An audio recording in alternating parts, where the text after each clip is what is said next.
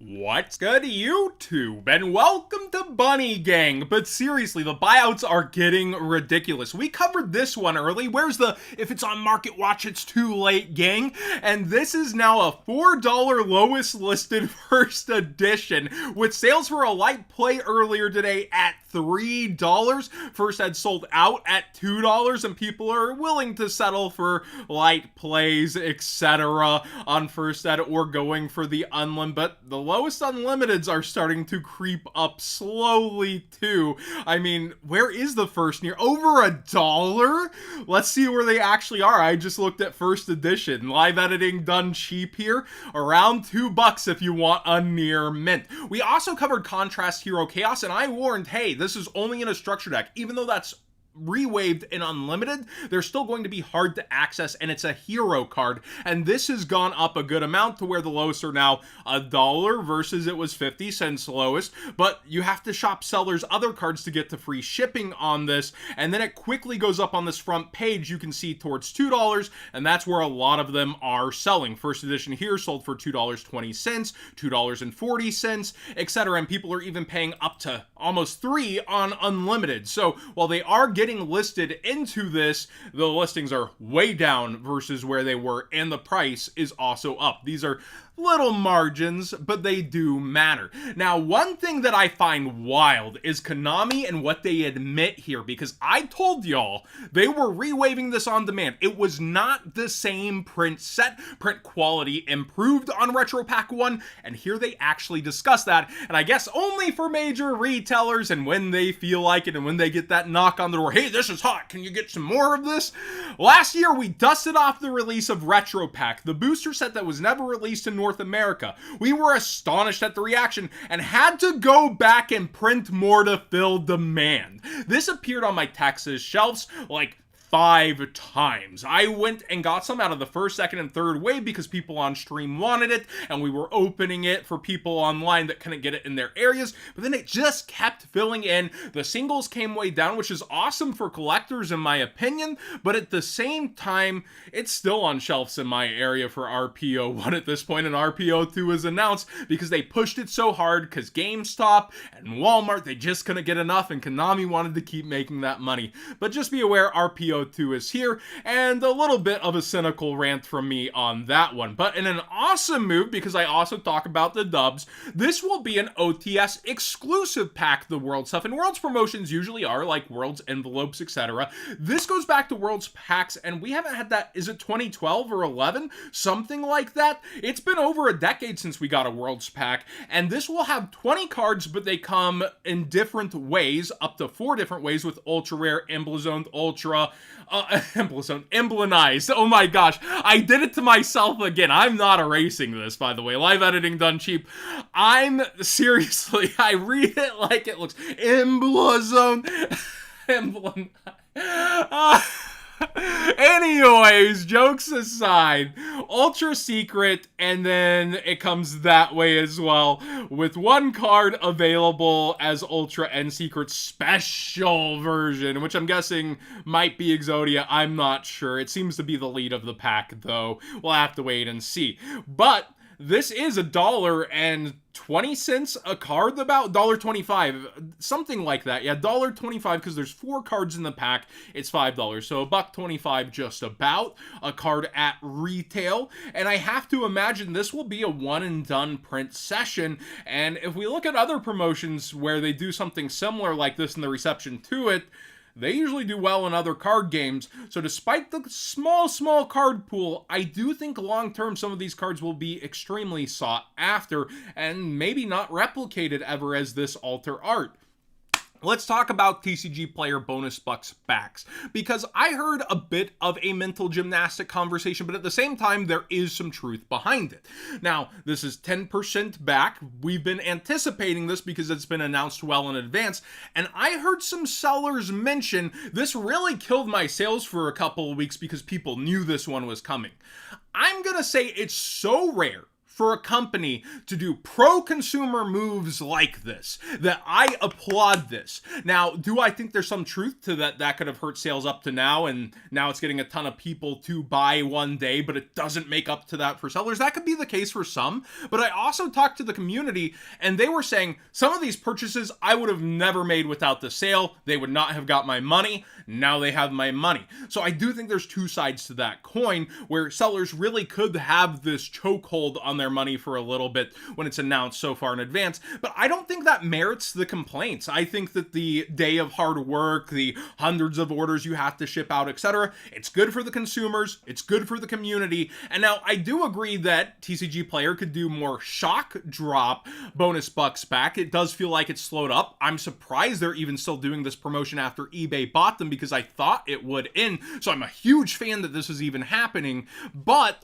I do think that there's a hint of truth to that argument, but I just don't think it's worth arguing. I think that this is a great pro-consumer move. It lets people plan paychecks ahead when it's 2 weeks ahead, right? And that means more budgeting for sales, less FOMO buying, and an ability to build a cart and see what moves out of it, that sort of stuff. I really think that this overall was handled pretty well by TCG Player. And yes, they could still do a mix of different approaches, but like we all know, Black Friday is going to be coming, right? Like it comes every year, and they tend to do bonus bucks back then.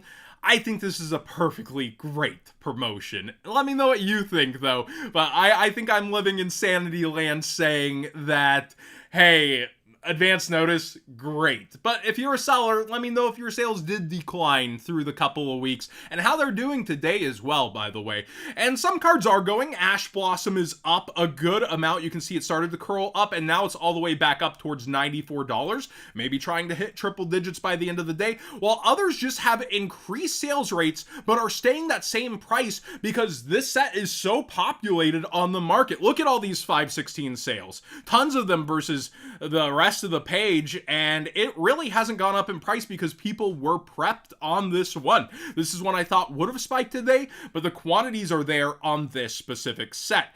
Other cards like staples have been going up depending on the staple. Perulia has gone absolutely through the roof for what it should be after being reprinted, but hey, short print reprints happen, and that's an unfortunate truth.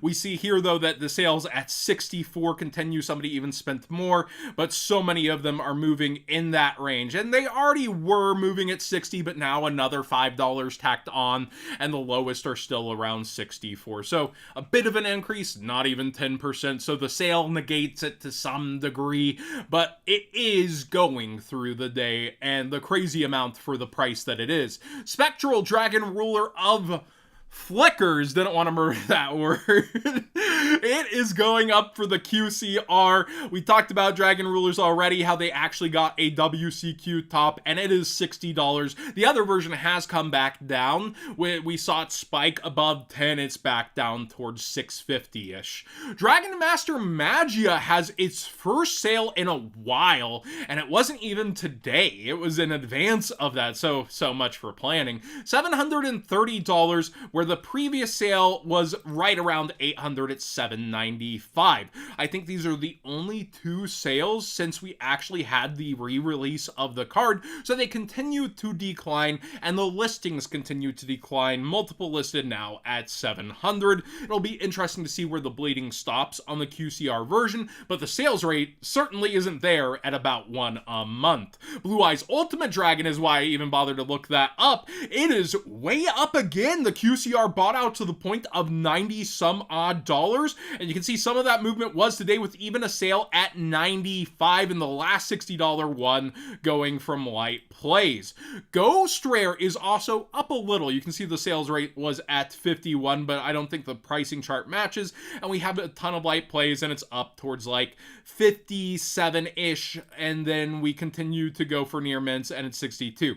Again, Ghost Rares are so hard to buy online because the scratching can be considered near mint, and a lot of people want to see these in person, but you can see the sales rate has been going the past couple days at 56, where previously it was just a hair lower, but a lot of the sales have been around that range. Bazoo, the Soul Eater, is going up for past formats. This is interesting to me because it also has a QCR that's only bumped up about $1. This is about for lowest, and you can see there were sales in the 2s to 3s, and now it's like, oh, there's another relisted. This actually wasn't here earlier. $3.20. I reloaded my tabs before Market Watch to keep everything fresh, and here you see it then goes to 4. But yeah, it's towards about 4. While the first edition is on full buyout mode, the lowest is now $20 and then $25, and we're actually seeing that it's sold out around $6. So do keep that price memory in check.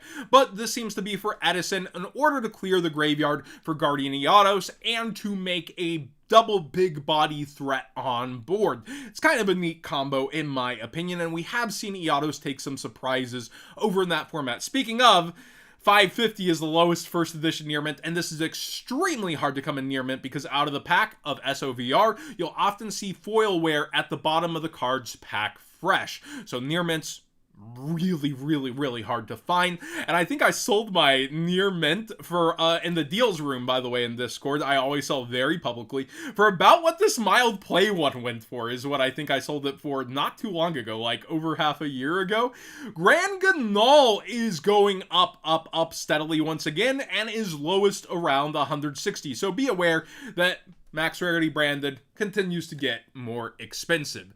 And yeah, also, this is Starlight, right? Is it not? Or is it? Yeah, Starlight, not Quarter Century. I always have to double check. That means it's so unlikely to be re-waived as Starlight, and you'd have to wait for like a 30th promotion or us actually getting the Albaz binder to have another special version of this around. Thanks for watching today's Market Watch. Please give this a like if you enjoy those more in-depth talks that I see around the community, such as from a seller perspective on bonus bucks back. I still think that it's great, it's fine, work harder a day and take the sales that you wouldn't have gotten anyways for the slowed sales rate. That's my intake on it. I think that any negative quote-unquote from it is kind of starting mental gymnastics, but I do see there's a hint of truth to it. And let me know what you think about Retro Pack 2 here and the admission of being able to print cards on demand.